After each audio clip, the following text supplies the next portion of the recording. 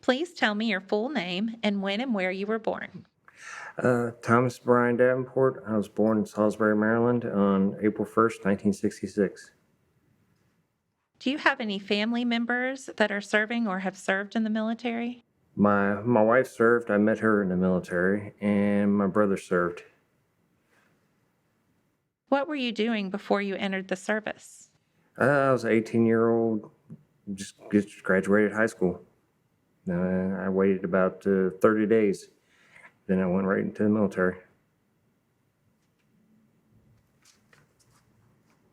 In which branch of the military did you serve? United States Army. Why did you choose that specific branch of the military? Probably one reason was that my brother was in the Army, and I was going to join the Coast Guard, but I changed my mind on that one. But other than that, it was the Army. What happened when you departed for boot camp and during early days of training? Pretty much I looked in the mirror and said, what the heck have I gotten myself into? But I was 18 years old and I didn't know any better, so that helped out. Do you have any memories of your instructors that you would like to share? There was one. His last name was Adkins, which was the same as my stepdad. He was an interesting individual. That's pretty much, during training, he would do crazy things like start climbing trees. I don't know if it was just to entertain us or he was actually a little bit crazy. Did you receive any specialized training, and if so, what? I went in for the military police, and then after I got done with training there, I went to Fort Benning and went to jump school. How did you adapt to the military life? Would you tell me about the barracks food and physical regimen? It was a lot of getting up early in the morning. First thing you do is go do PT. You go run about 5 or 6 miles. And, food wasn't too bad at Chow Hall. Breakfast was pretty good, but most of the time we'd go downtown and get something to eat when I was in permanent party. Where did you serve? Several places. Actually, I was at Fort Bragg for a while. Then I went to Fort Leavenworth. Then from there, Fort Leavenworth, I went to Korea. Then from Korea, I went to Fort Sill. Then from Fort Sill, I went back to Korea. And then from Korea, I went to Fort Leavenworth, and then I got out. My MOS there's not too many places I could go.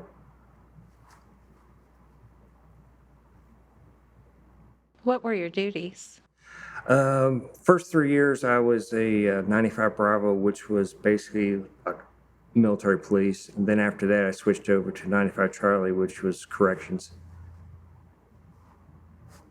Would you tell me about a couple of your most memorable experiences? My first 3 years, I went through jump school, and that was pretty interesting. People asked me, how can you jump out of an airplane?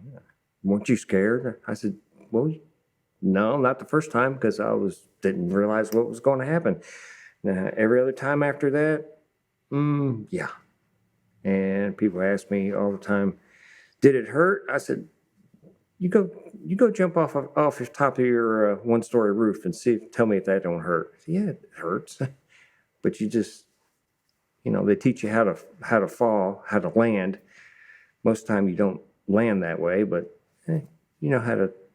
you survive it.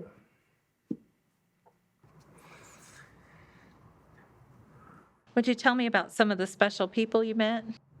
Actually, pretty much there's one, my wife.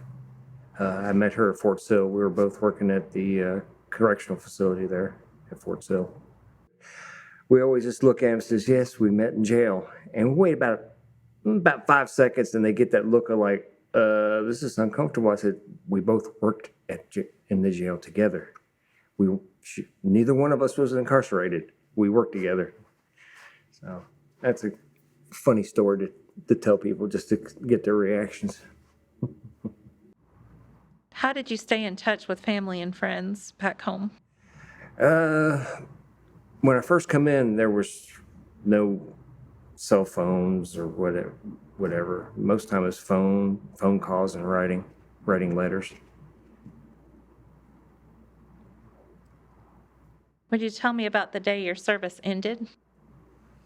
It was kind of bittersweet, more sweet than anything else because I was done with it. I was looking forward to further along in my life. I realized that the retirement pay wasn't that good, so I decided to take my skills I learned in the military and went to work for the federal government. How did you return home? That's a funny story. We had a Tercel, and we had it packed, loaded up. Hillary, my daughter, she was in the back seat, and there was about that much space for her. You turn around and you see all our stuff, not all of our stuff, most of our stuff, and we just drove back. How did you readjust to civilian life? It took a little bit, but after a while, it was easy.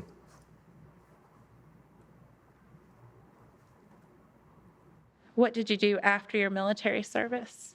Took the skills I learned in the military and worked for the Bureau of Prisons. Have you remained in contact or reunited with fellow veterans? No, unfortunately not. The only one I may have heard about a couple of them, what they've been doing, but other than that, pretty much no. How did your military experiences affect your life? Well, it made me be able to adapt to things. I mean, things don't stress me out like most people do. You just learn to basically roll with the punches.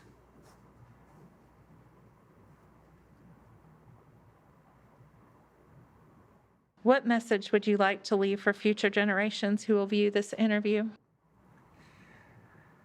That's a hard one. Basically, just be yourself. Don't let other people try to dictate who you're going to be. No.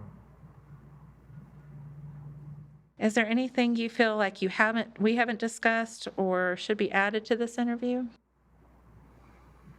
No, none I can think of.